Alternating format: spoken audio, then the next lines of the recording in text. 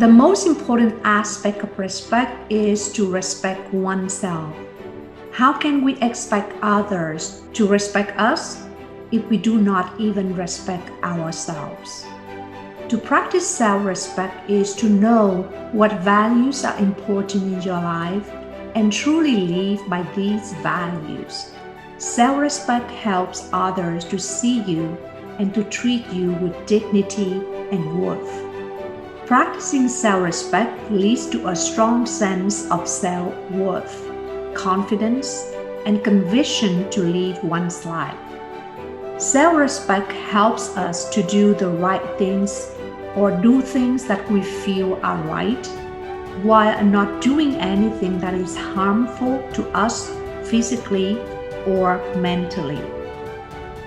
Respect for others is to be open to others' viewpoints that are different from ours, to be aware of the differences others have, and to understand their perspective. It is the practice of empathy so that we can listen with other person's ears, see with the other person's eyes, and feel with the other person's heart. When one practices gratitude, one will gain enough energy to set the intention to listen to the other person with respect. Active, empathetic listening is a key strategy to help us practice respect in communicating with others.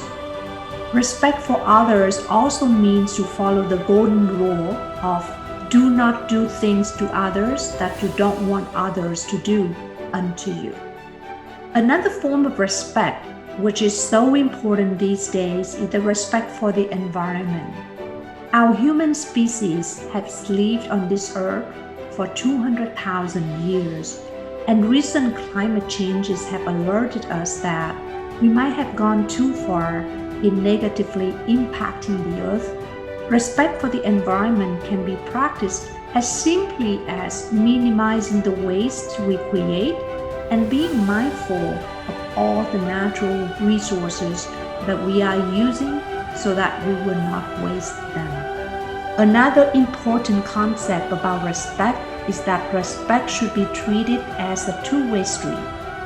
It has to be earned, and it comes with a responsibility to understand ourselves and understand others.